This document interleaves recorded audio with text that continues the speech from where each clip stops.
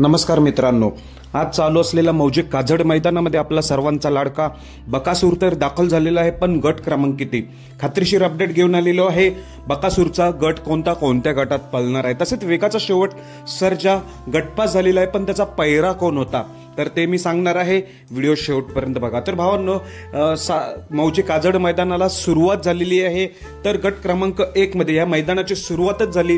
वेगाचा शेवट सर्जाने चांगल्या रीतीने गाडी पळून सुट्टा निकाल घेत गटपास झाला। गट क्रमांक 1 मध्ये त्याचा पैरा होता सासवडचा मल्हार आणि वेगाचा शेवट सर्जा ही जोडी आपल्याला गट क्रमांक 1 मध्ये पळताना दिसली, चांगल्या रीतीने पळाली। गट क्रमांक 1 मध्ये पळून गाडी सेमीसाठी पात्र केलेली आहे।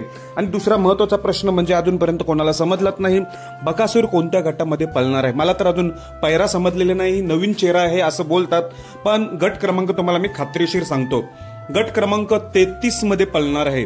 गट क्रमांक 33 मध्ये बकासूर खात्रीशीर आणि 100% पळणार आहे।